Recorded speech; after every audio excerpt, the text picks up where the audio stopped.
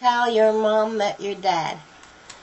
Arthur had just come home the um, from the war in 1946 or 47, and he was here back in Vineland, living with mother, and he didn't have any girlfriends. And I was saying I had this real nice, cute little girl that I knew that wasn't married near his age. So anyway, we made plans to meet together one of these days. But it just so happened that Ann and I were shopping on Landis Avenue, and lo and behold, up pulls my brother. So I introduced them, and from then on they started going out together, and finally they decided to make it a couple, and that's what they did. And they had a beautiful wedding up in, I believe it was Pennsylvania, but I couldn't go because I was in the hospital having Sharon. Oh my goodness. But the wedding pictures are all the other sisters. Now you used to work with Mom at Shapiro's? At Shapiro's, my mom worked, and I worked there. I think it was about 2 years. It was a garment factory? It was. Yeah, we were making uniforms. For the war. What do you recall the street address of Shapiro's? Yeah, it was 6th and Montrose. 6th and Montrose. 6th and Montrose. And you say the building burned down. And the building burned down. But later you went to well, the it was Rossi's. empty when it burned down. The clothing shops were beginning to close up because there's so many foreign imports. There wasn't enough work for in the clothing industry. Anything else you want to know? Well, so that's where you met my mother. I met your mother when we both worked in Shapiro's.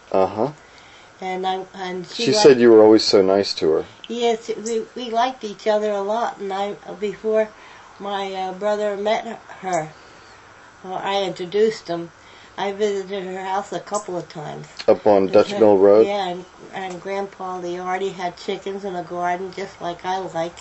And Grandma Leardy, she used to make all these homemade macaronis and raviolis and and all good old Italian food. And well, she lived to be quite old, didn't she? Yes, she did. I think 83, if I'm not mistaken, when she, or maybe 93 maybe. Oh my! I think it was 93 when she died. Grandma Prentice lived to be 83. Of course, Mom died younger because she had the diabetes and stuff like that. Yeah. And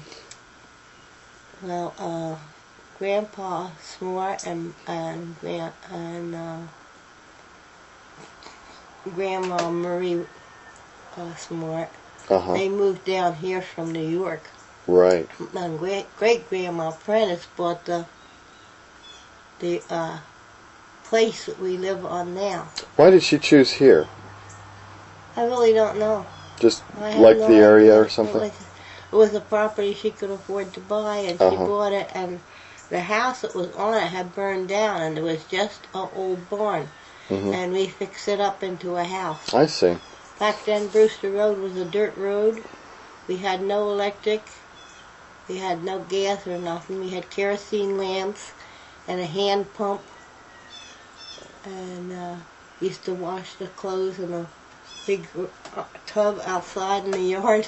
Now, was it across the street where the sand pit was that Jimmy died in? Yeah, it's across. That's still there. The sand pit's still there? Yeah, but they call it a lake now. The Brunettis that had it, they sold it to a developer, and there's a big house across the street now. But there's a lake there now. Huh? Do you remember that sad day, that tragic day? I believe I was in town working, and I think I was living with Dad, because Mom and Dad had split, and Dad lived over on West Landis Avenue, and I was living with him because Mom had a boyfriend, and I didn't like him. Yeah. So anyway, I forget how I found out But I do remember the week before Jimmy and I were walking, and I used to come home quite often. Jimmy and I were walking up Menantico Road picking blackberries. He was such a happy little boy. He always had a smile on his face. But, let's see, he was born in 1930, so how old would he be now? 1930? 69? 69 years old? Yeah, I guess so. It was, How old was he when he died, I'm sorry? 11. 11. Yeah, and Dad and I paid for the funeral because there was no money in the family. We were all very poor. And he was buried in Potter's Field. We tried to find out where because there wasn't enough money to buy a cemetery plot. But Dad and I paid by the week, I think $6 until we paid off for the funeral.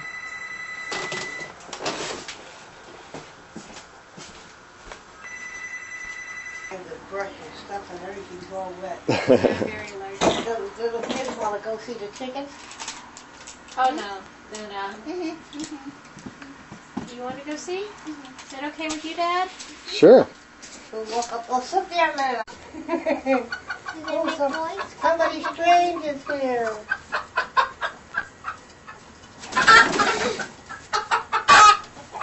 Don't worry, they're scared of you. Come on, Papers. Come on, Papers.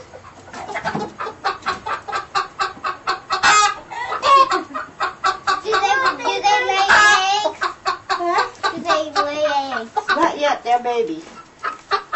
All right. We'll close the door. They were born in April, like your daddy. We can look at these, but we can't let them out because they won't. They hide their eggs. Come on. Don't go in. Just stand by the door. I'm scared. Papers. Come on, Papers. You see the guinea hen over there? Is that my rooster? Yeah. Come on, Papers. The black ones are the girls? Come on, Papers. Can you see the guinea hen? Come on, Papers. Do you have some more of them? No, that's all. That one is broken. His father was my brother. That's where Aunt Betty and Aunt Andy and my dad all grew up together. In that house right there. Yeah, because his father was. Then it got old and then they tornado. No, it just rotted away because I couldn't afford to keep it up. They survived.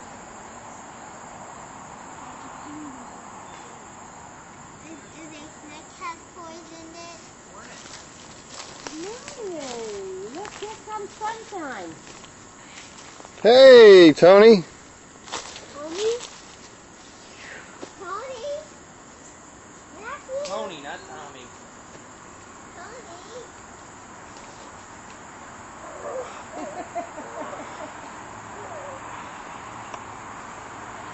Is that on the watch for the poison ivy? This one even if there's not to be We got chicken. You saw chickens? And roosters.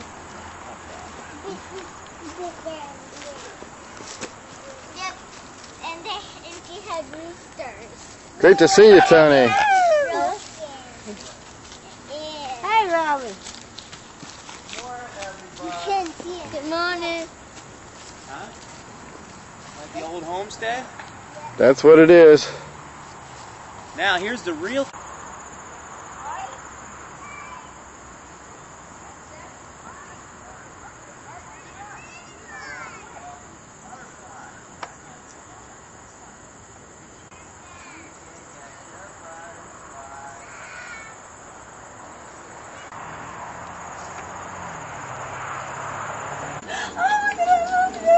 She's up there. None of her family's up there.